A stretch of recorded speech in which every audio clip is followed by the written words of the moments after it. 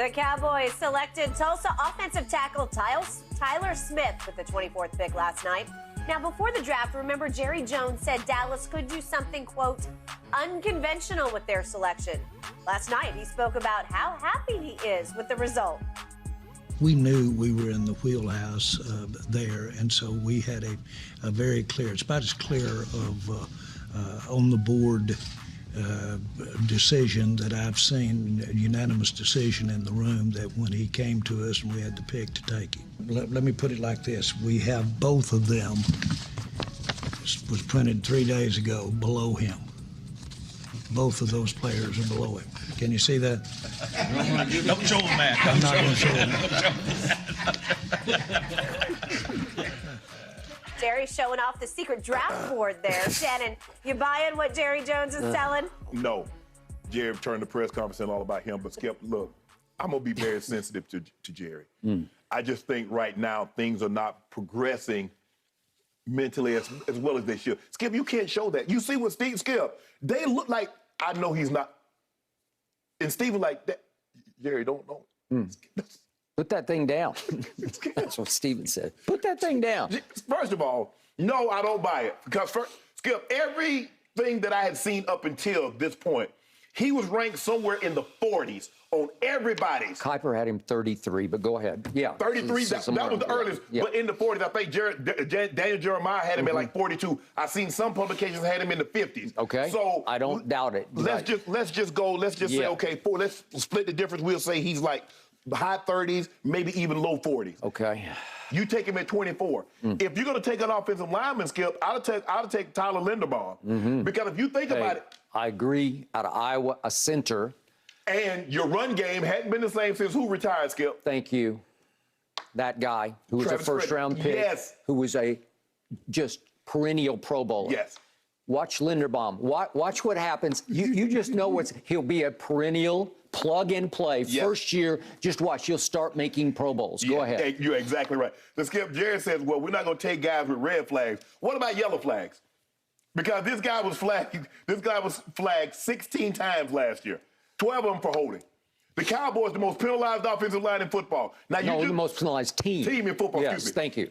Skip. And the offensive line was penalized more than any other offensive line. Absolutely. Now, you got tired of Connor Williams. By the way, just a quick point on your 16. You realize he had 16 flags, did Tyler Smith at Tulsa in 12 games. If you took the 16 and projected into the 17 NFL games season, right, that would lead the league. Yes. Even at 17 games, it would lead the league. Go ahead. And that's the thing, Skip. I just believe you reached. Now, if you didn't want Linderbaum, the center, that you can plug in and help your run game, because, Skip, then you were strong at all points. Yeah. You had Ty Smith, you had Zach Martin, and you had Frederick. Zeke was running up and down.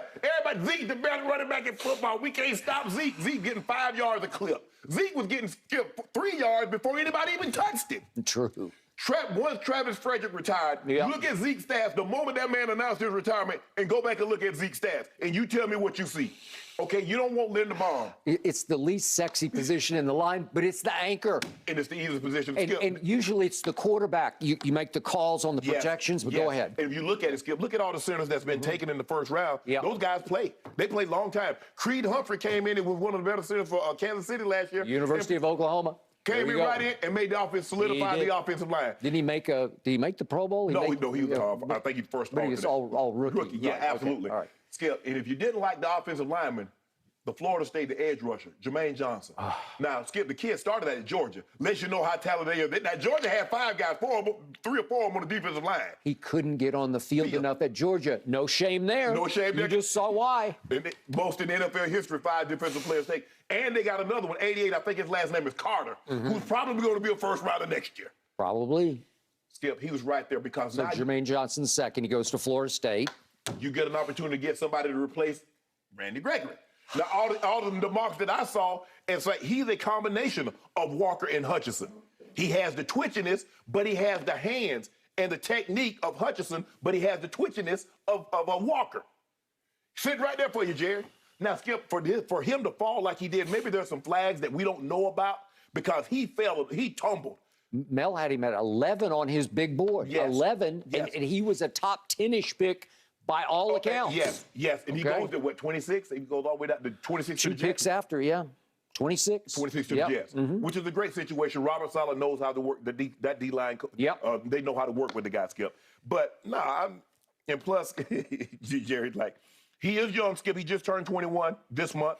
He was suspended for the season opener this year because of a brawl that happened the previous bowl game. In the bowl game. Yeah. He hadn't played a lot of football. He had a disease called blunt disease, where they had to break his legs and I know it recap. makes you he bow-legged. Yep. So they re-broke him, put him in a cast, and so he didn't get a whole lot of offers. Had an opportunity at Abilene Christian, chose Tulsa. But Skip, I thought Jerry and them reached.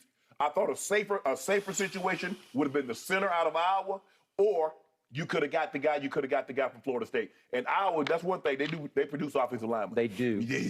They usually work for a long, good time. Marshall Yandy, who's going to the Hall of Fame, was a Raven and came out of that system. Bingo. And the Ravens got Linderbaum, okay? And the Ravens know pretty much what they're doing, right? Yes. And by the way, Kyle Hamilton, he was born to be a safety for the Ravens out of Notre Dame, but that's a whole nother issue. Yeah. Now for my Dallas Cowboys. But before I launch on this, I got to give Jerry some props here, because I told you yesterday we had the one stat from 2010 to 2020. Yes. Only the Kansas City Chiefs drafted more Pro Bowlers than Jerry Jones. And I'm going to give him credit because I always give him blame. The final say rests in the lap of one Gerald Wayne Jones Jr. Yes. So obviously, do you think he watched a lot of Tulsa tape? Skip, I don't think so. Skip, the first time that list that Jerry held up, the first time he saw it was last night. Okay. That was the first time he saw that list. I don't doubt that. But I got one more stat before I launch. Okay.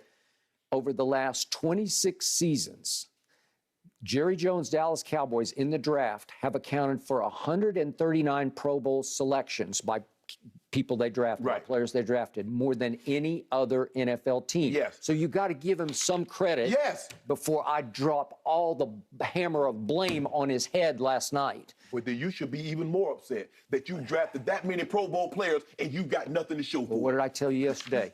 It's Jerry's country club culture. There's no fear factor. There's no intensity. There's no urgency instilled in those players. Right. And you have to have a quarterback. And it can't be Tony Romo. And I'm starting to have my doubts about the fourth-round pick that's now playing quarterback, because he hasn't been able to live up to $75 million that he was paid last year. So that's the problem. Your pipeline of talent is extraordinary, and it gets you 4 playoff wins in 26 years. Really? Right. Okay. And no more NFC championship games in 26 years. You know the story. Yes. Okay. Now back to last night. So I'm sitting and I'm watching and I'm praying and I'm trying to be patient, and I'm watching Jermaine Johnson fall, and I'm saying, really? What's the problem? Right. And I'm reading everything on the fly that I can. I didn't watch much Florida State, but every time I did, I saw him, because he's just a flat-out stud. Yes. He rushes easy, effortless, where we just say, he's just better than those guys are. Right. Okay, and as you say, Georgia pipeline, and there's a reason he was at Florida State, but he was the ACC Defensive Player of the Year. You just know what you're going to get, so it's falling. But what did Mel Kiper have in his final mock draft? He had Tyler Smith going to Dallas. You can't tell me that he didn't have some inside info, which should validate to you that Jerry and company are sitting on Tyler Smith. They sat all week. We got our diamond in the rough. We got our answer to Connor Williams, another swing and miss for Jerry in the second round, who, by the way, led the league in penalties last year. Right. So help me out. You're going to replace the guy who led the league in individual penalties last year with the guy who would have led the league in penalties with one more. He had 16 to Connor Williams' 15, but his were in 12 games at Tulsa. Exactly. You're kidding. So what did they just do? They sat right there.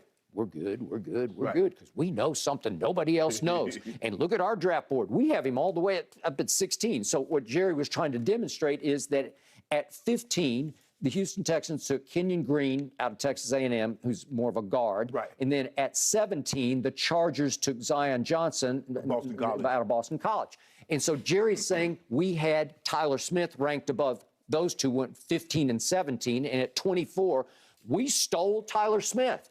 Well, right under your nose that went right past you was Jermaine Johnson. When you, to your point, you just blew it, and you lost your pass rusher. Yes. You're a pure pass rusher. The Randy Gregory that you stole in the second round, and just because it's some silly clause, and the more I look at it, it gets sillier by the day because it's a clause that has been in every Cowboy contract that has never been enforced before. Right. And over that, you let him go to the Broncos? Right. You're kidding. It wasn't over money. It was over one little clause. Right. Okay, you lost a kid in Randy Gray. He's still a kid to me, he's pretty good. Like we agreed. He's a second-tier pass rusher. Yeah. He's not in that J.J. Watt or T.J. Watt top. No, he's not that guy. But he's pretty good. Right. And Micah, they refused to line him up much as an edge rusher, so he's going to be all over the place. And you still got the big guy over on the other side. Yep. But you need this guy. You strengthen your strength because the reason they were pretty good for about 2/3 of the year last year was the defense just flipped on its head in the offseason. As Mike McCarthy said, I've never seen a unit improve as much as our defense did over the offseason. I buy that. That's why they were back in business, because 11 from heaven was Micah Parsons. By the way, what number at Florida State did Jermaine Johnson? He wore 11. Yep.